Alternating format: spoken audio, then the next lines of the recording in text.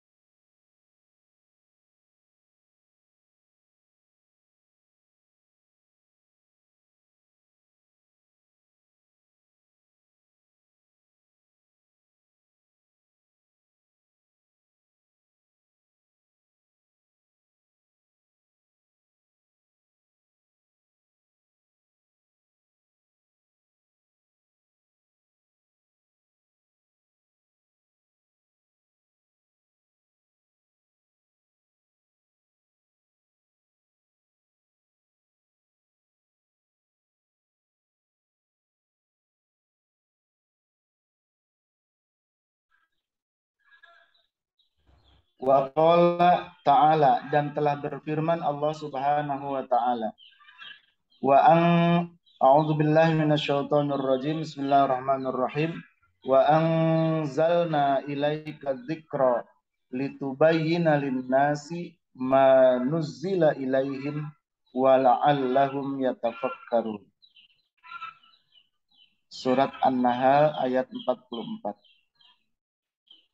Wa anzalna, dan kami telah menurunkan ilaika kepadamu az-dzikra, Al-Qur'anul Karim.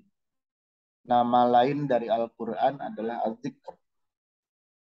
Litubayyina lin-nasi, untuk memberikan penjelasan yang hak kepada manusia, untuk memberikan penjelasan kepada manusia manuzzila ilaihim, apa yang diturunkan kepada mereka, wala'allahum yatafakkarun, dan agar mereka semua yatafakkarun, memikirkan, bertafakkur terhadap ayat-ayat dari Allah Subhanahu wa ta'ala. Ayat-ayat itu tanda-tanda kebesaran Allah Subhanahu wa ta'ala. Wa qala, dan berkata, dan berfirman Allah Subhanahu wa ta'ala dalam Al-Qur'an, a'udzu billahi minasyaitonir rajim. Bismillahirrahmanirrahim. Wa ma arsalnaka illa kaffatan lin-nasi basyiran wa nadhira. Al-ayah, surat Saba ayat 28. Wa ma arsalnaka, dan tidaklah kami mengutusmu, wahai kekasihku Muhammad, illa kaffatan linnasi, melainkan untuk seluruh manusia. Jadi bukan hanya untuk golongan tertentu saja, tapi untuk seluruh manusia. Basyira wa nadhira, sebagai pemberi kabar gembira, wa nadhira, dan memberi peringatan.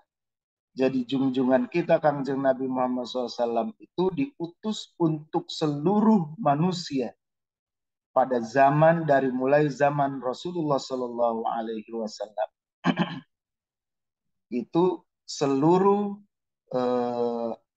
perintah Allah atau wahyu-wahyu dari Allah ke syariat, seluruh syariat yang diajarkan oleh nabi-nabi sebelumnya, yang disampaikan oleh nabi-nabi sebelumnya, itu dinasah, disalin dengan syariatnya Kangjeng Nabi Muhammad SAW.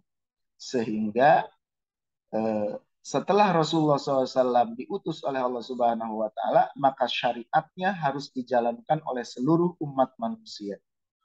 Dan syariat nabi-nabi sebelum Rasulullah itu dinasah, disalin dengan syariat Kangjeng Nabi Muhammad SAW. Jadi yang berlaku adalah syariatnya Kangjeng Nabi Muhammad SAW atau Al-Quran. Wa qala ta'ala dan telah berfirman Allah Subhanahu wa Ta'ala. A'udzu billahi minasyaitonir rajim. Bismillahirrahmanirrahim. Qul ya ayyuhan nasu inni rasulullahi ilaikum jami'a alladzi lahu mulkus samawati wal ard la ilaha illa huwa yuhyi wa yumit fa aminu billahi wa rasulihi fa'aminu billahi wa rasulihin nabiyil ummi alladzi yu'minu billahi wa kalimatihi wattabi'uhu la'allakum tahtadun.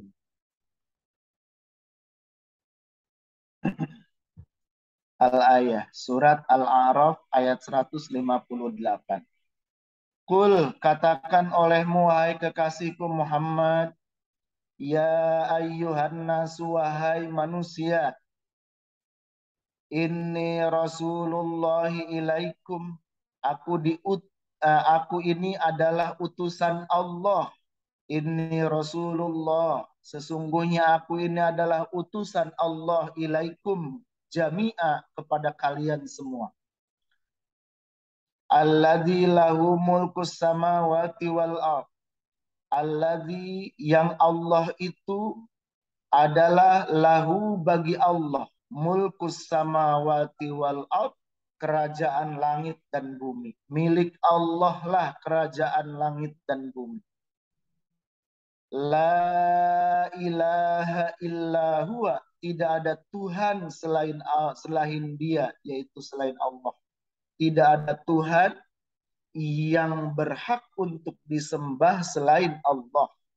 Artinya kalau ada yang menyembah selain Allah itu tidak ada hak bagi dia untuk disembah. Tidak ada satupun yang berhak untuk disembah selain Allah. Yuhyi wa yumit, dialah Allah yang menghidupkan dan mematikan. Fa'aminu billahi wa rasulihi, maka berimanlah kamu sekalian billahi kepada Allah, wa rasulihi dan kepada utusan Allah, an-nabiyil ummi yang menjadi nabi yang ummi. Di sini ummi di dalam tafsir Kemenak itu tidak diterjemahkan, tidak juga ditafsirkan. Tapi sebagian ulama mengatakan bahwa al-ummi itu adalah nabi yang tidak memerlukan baca dan tulis. Yang tidak memerlukan baca dan tulis. Bukan tidak bisa baca dan tulis, tetapi tidak memerlukan baca dan tulis di dalam menyampaikan misi risalahnya. An-nabiyil ummi, yakni nabi yang ummi, alladzi yu'minu billahi wa kalimatih. Nabi yang ummi itu yang beriman kepada Allah wa kalimatihi dan kepada kalimat-kalimat Allah. Wattabi'uhu, dan ikutilah dia. Ikutilah Rasulullah tersebut yang menjadi nabi yang ummi, yang beriman kepada Allah dan kalimat-kalimat Allah itu ikutilah oleh kamu sekalian. La'allakum tahtadun, agar kamu sekalian mendapatkan petunjuk. Qala berkata Al-Faqihul Qadhi. Al-Faqihul Qadhi Syekh yang Al-Faqih yang faqih, Al-Qadhi yang menjadi hakim. Ini pengarang kitab ini rahimahullah. Fahadhihi, maka ini ayat min khosoisihi, dari kekhususan Kangjeng Nabi Muhammad Shallallahu Alaihi Wasallam. Jadi ini adalah khususiyah, kekhususan Kangjeng Nabi Muhammad SAW. Bahwa Rasulullah Shallallahu Alaihi Wasallam itu diutus kepada seluruh manusia. Makanya di dalam Al-Quran ketika surat ayat-ayat Makkiyah ya, ayat-ayat yang diturunkan di Mekah itu biasanya itu ya ayyuhan nas gitu ya. Memanggilnya itu ya ayyuhan nas, wahai manusia. Manusia di sini adalah seluruh umat manusia. Sebagaimana tadi di dalam surat As-Saba ayat 28, tidaklah aku mengutus kepadamu wahai kekasihku Muhammad, melainkan kepada seluruh manusia. Jadi Rasulullah itu diutus kepada seluruh manusia. Dan ada lagi di dalam ayat yang lain, wama arsalnaka illa rahmatan lil alamin. Dan tidaklah aku mengutus kepadamu wahai kekasihku Muhammad, melainkan untuk menjadi rahmat bagi seluruh alam. Artinya apa yang diutuskan, apa yang di risalah yang diembankan kepada Rasulullah SAW ini adalah untuk kebaikan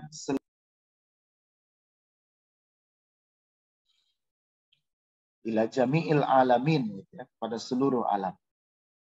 Nah, di sini ini adalah khususiyah. Ya, sebagaimana di dalam pasal ini, di dalam pasal yang ke-10 ini adalah menjelaskan tentang khususiyah Nabi. Menjelaskan tentang kekhususan Nabi Muhammad SAW yang harus dipahami oleh umat Islam, bahwa Nabi Muhammad itu diutus kepada seluruh manusia, sehingga risalahnya mengganti seluruh risalah sebelumnya.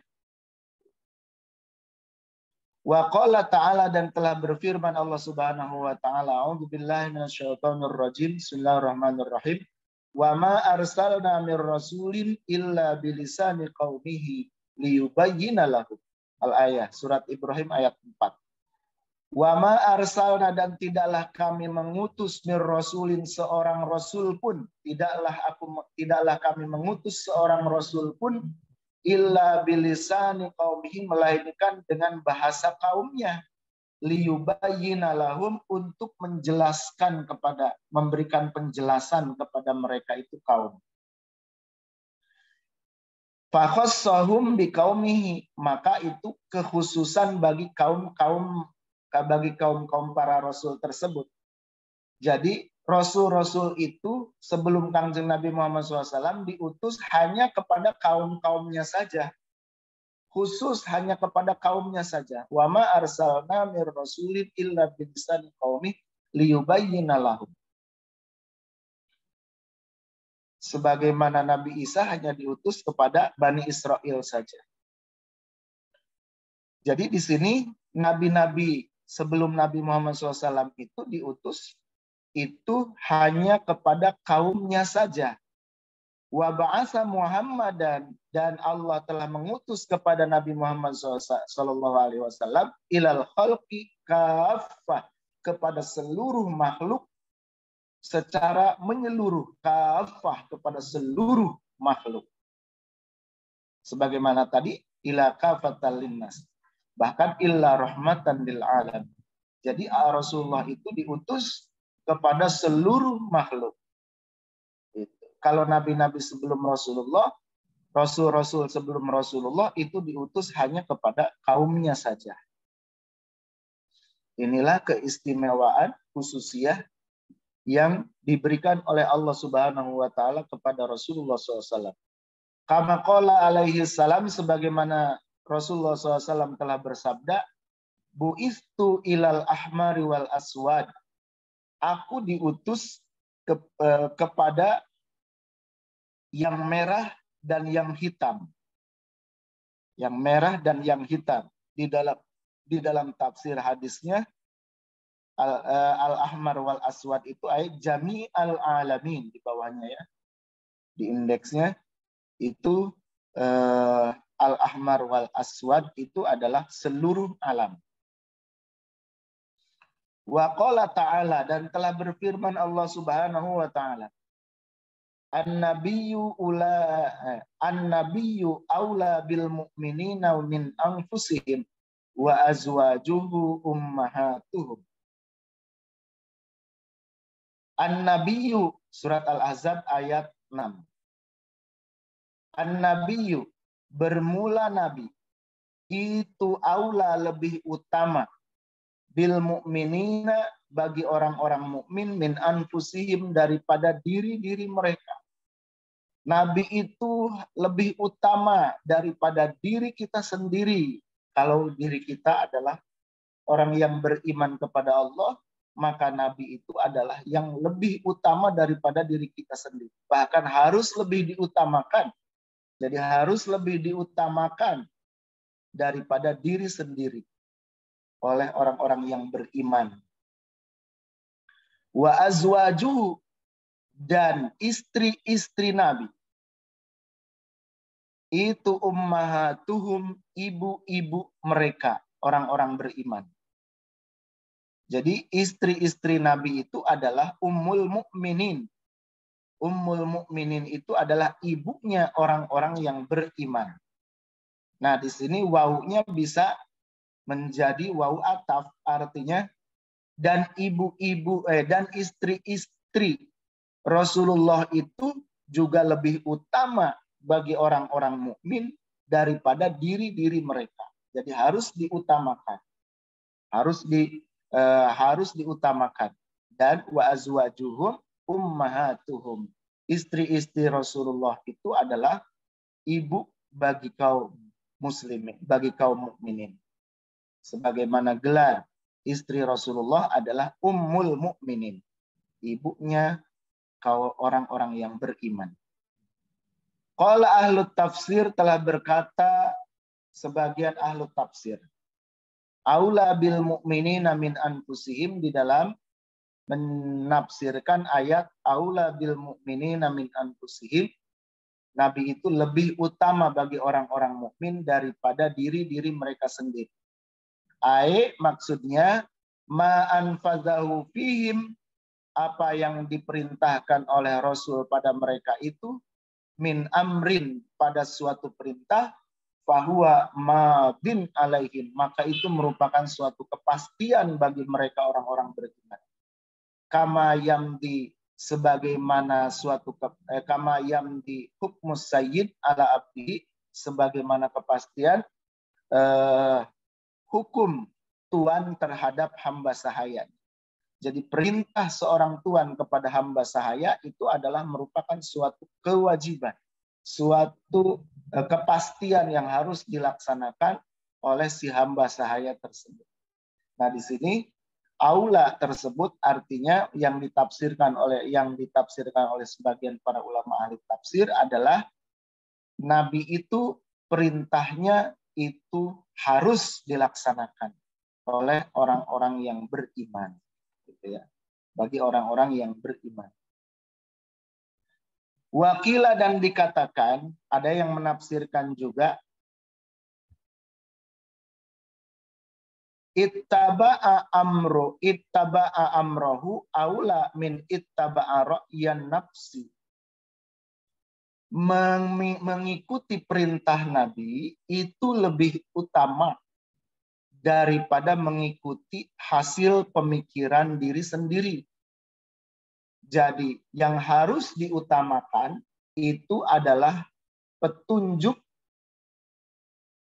perintah atau petunjuk dari Nabi. Jika dibandingkan dengan hasil pemikiran diri sendiri. Itu yang harus diutamakan. Jadi yang harus diprioritaskan itu adalah perintah Allah dan Rasulnya. Karena semua perintah Allah itu ya datangnya dari Rasul. Karena wahyu Allah hanya datang kepada Rasulullah. Maka perintah Allah itu adalah disampaikan oleh Rasul. Maka yang menjadi prioritas, yang harus diprioritaskan adalah perintah Allah dan Rasulnya, ya, daripada dibandingkan dengan apa yang dihasilkan dari pemikiran kita. Wa azwajuhu ummahatuhum, dan istri-istri Rasulullah itu ummahatuhum, itu adalah ibu-ibu mereka, orang-orang beriman. hunna fil hurmati kal ummahat. Hunna istri-istri Rasulullah itu fil hurmati di dalam kehormatannya itu kal ummahat sebagai seperti ibu-ibu mereka, seperti para ibu, seperti ibu-ibu mereka. Maksudnya harromanakahahunna alaihim, haram menikahi istri-istri Rasulullah bagi orang-orang yang beriman ba'dahu setelah wafatnya Rasulullah SAW. Baik ketika Rasulullah masih hidup maupun Rasulullah sudah meninggal, itu haram ya bagi orang-orang beriman untuk menikahi istri-istri Rasulullah. Gitu. Kalau sebelum Rasulullah wafat itu berarti istrinya dicerai, tapi tidak ada istri Rasulullah yang dicerai. Meninggal sebelum Rasulullah meninggal atau meninggal setelah Rasulullah SAW meninggal. Jadi tidak ada yang dicerai. Nah makanya di sini haram menikahi istri-istri Nabi ba'dahu setelah wafatnya Rasulullah SAW. Takrimatan sebagai penghormatan lahu kepada Rasulullah Shallallahu Alaihi Wasallam, wa khususiyatan dan sebagai khususiyah bagi kanjeng Nabi Muhammad SAW. Jadi ini khusus kepada kanjeng Nabi Muhammad Shallallahu Alaihi Wasallam, tidak kepada selain Nabi. Ini khususiyah. Wali annahunna dan karena sesungguhnya istri-istri Nabi itu lahu bagi kanjeng Nabi itu azwajun pasangan Rasulullah, istri-istri Rasulullah fil akhirati nanti di akhirat. Jadi sudah jelas istri-istri Rasulullah itu adalah istrinya juga sampai di akhirat sekalipun mereka itu adalah menjadi istri-istri Rasulullah Shallallahu Alaihi Wasallam sampai di surga pun. Itu khususiyah, tapi ini adalah khususiyah Rasulullah. Ada yang mengatakan juga sebagian ahli tafsir kenapa itu diharamkan istri Rasulullah untuk dinikahi oleh orang beriman, karena pada hakikatnya Rasulullah SAW itu adalah hidup, hayyun itu pada hakikatnya, tapi ini tidak bisa disampaikan di sini. Jadi secara khususiah istri-istri Rasulullah tidak boleh dinikahi baik selama Rasulullah masih hidup maupun setelah Rasulullah SAW wafat. Kalau istri umatnya kalau sudah wafat gitu ya atau sudah dicerai maka boleh dinikahi, boleh menikah lagi setelah iddah. Kalau istri Nabi tidak ada iddahnya karena ya selamanya menjadi istri Rasulullah sampai di surga. Nah, di dalam penjelasannya itu banyak yang menyalahgunakan, artinya banyak kelompok-kelompok tasawuf yang mengharamkan menikahi istri dari gurunya. Nah, itu menyalahi syariat. Sebetulnya boleh, kalau tidak mau ya nggak apa-apa untuk sebagai penghormatan. Gitu. Tapi jangan mengharamkan. Khususnya tidak boleh itu menikahi istri-istri itu adalah istrinya Rasulullah SAW. Sebagai penghormatan kepada Rasulullah dan khususnya Rasulullah. Karena di sini di dalam Al-Quran wa azwajuhu ummahatuh.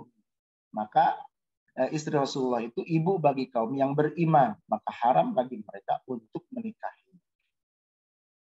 Sebagaimana kepada ibu sendiri.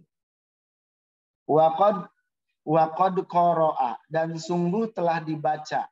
Dulu ada yang membaca, ada yang menambahkan gitu ya. Wa azwajuhu ummahatuhum, ada yang menambahkan wa huwa abun lahum. Gitu. Wa huwa abun lahum, ada yang menambahkan seperti itu. Wa huwa dan Nabi itu adalah abun, sebagai bapak lahum bagi orang-orang yang beriman. Nah, dengan penambahan seperti ini ditolak oleh Syekh Qadhi Iyad. wala yuqra bihi al-an, maka jangan engkau membaca seperti itu sekarang. Jadi kan suka ada tuh di ada yang ada ayat-ayat yang menambahkan gini. Ketika selesai membaca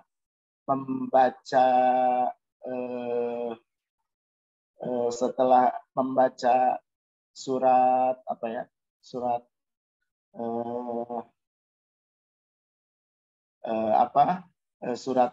yang sabbihisma rabbikal a'lal ladzi al-a'la ya, itu ujungnya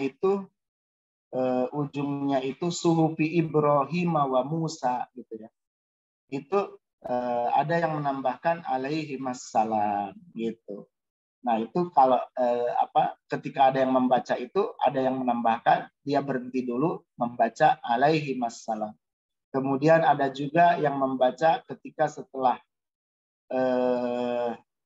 membaca surat Wattini wazaitun gitu ya, ujungnya surat At-Tin itu ujungnya illal ladzina amanu wa amilus solihati falahum ajrun ghairu mamnun fama yukadzibuka ba'da biddin alaisallahu bi ahkamil hakimin. Nah, ada yang membaca setelah itu bala wa ana ala dzalika minasyahidin. Nah, ini juga di dalam ayat ini dulu ada yang membaca setelah wa azwajuhu ummahatuhum, itu mereka berhenti dulu membaca wa huwa abunlah, dan dialah nabi, abun itu sebagai bapak, lahum bagi mereka-mereka kaum beriman.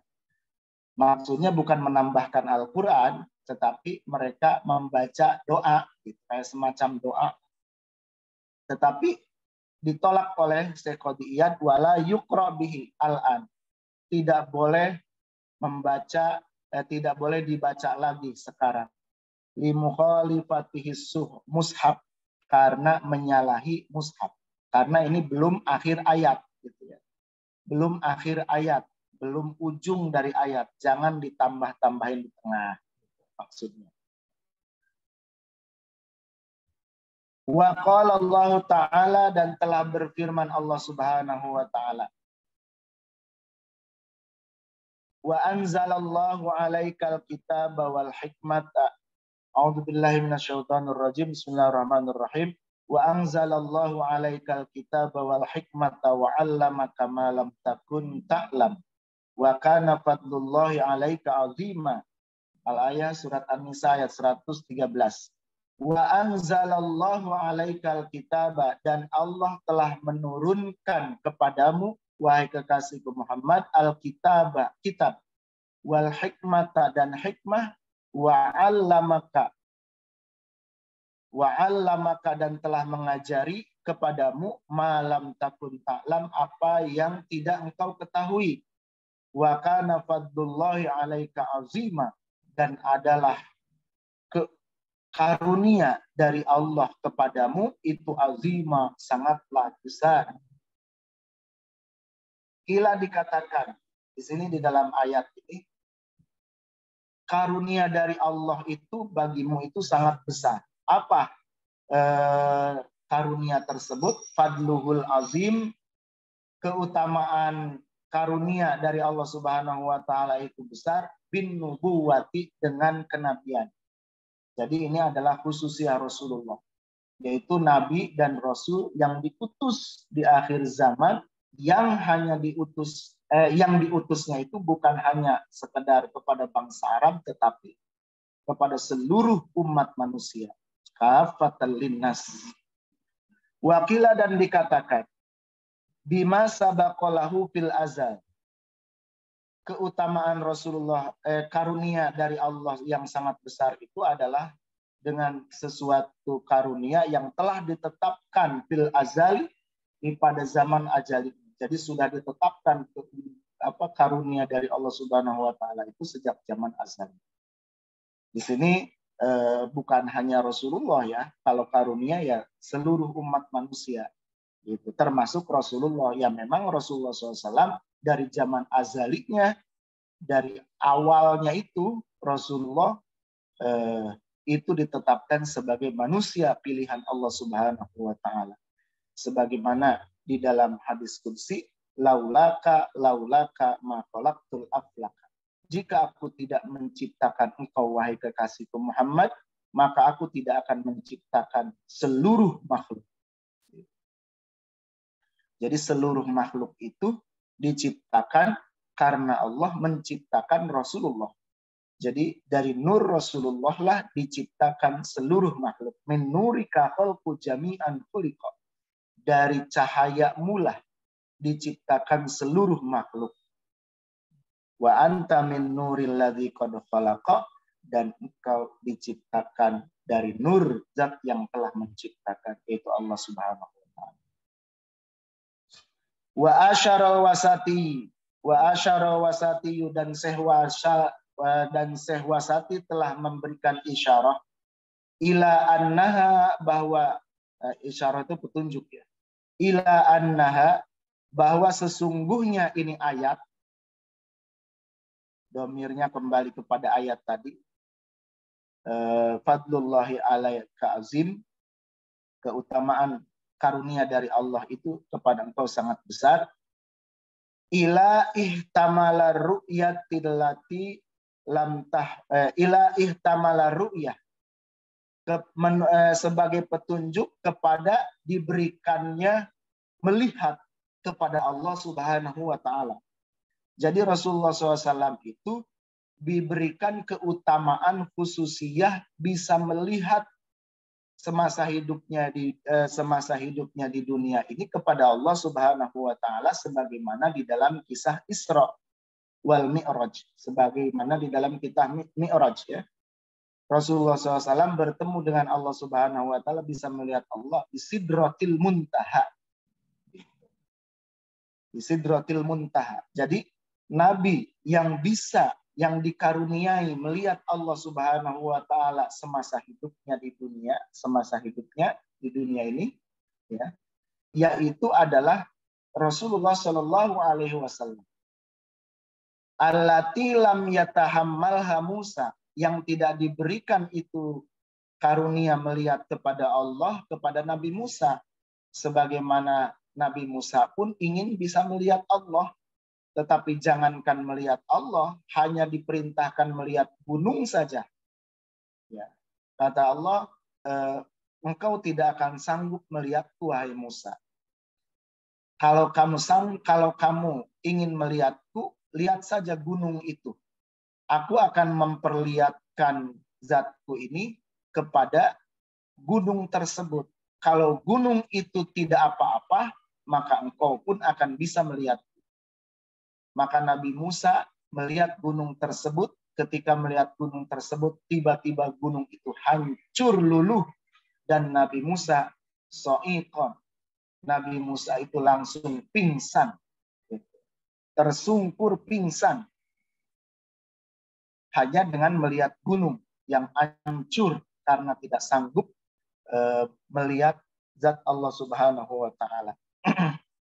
Tetapi Rasulullah SAW bukan hanya melihat, tapi juga bercakap-cakap, sebagaimana percakapan Rasulullah dengan Allah Subhanahu wa taala diabadikan di dalam salatnya, yaitu at-tahiyyatul mubarakatus shalawatut thayyibatu lillah, assalamu alayka ayyuhan nabiyyu wa rahmatullahi wa barakatuh, assalamu alayna wa ala ibadillahis sholihin.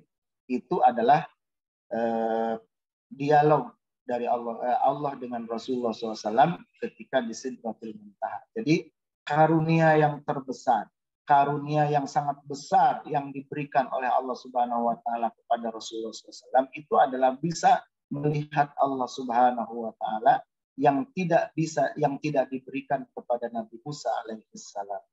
Sallallahu alaihi wa, semoga Allah memberi rahmat kepada Rasulullah SAW dan kepada Nabi Musa. Demikianlah para hadirin sekalian, pembacaan kitab Asy-Syifa pada pagi hari ini mudah-mudahan bermanfaat, dan apabila ada kesalahan dari pembacaan, dari penjelasan yang saya sampaikan, saya mohon maaf yang sebersih-bersihnya, yang sebesar-besarnya. Hadanallah wa iyyakum ajmain. Assalamualaikum warahmatullahi wabarakatuh.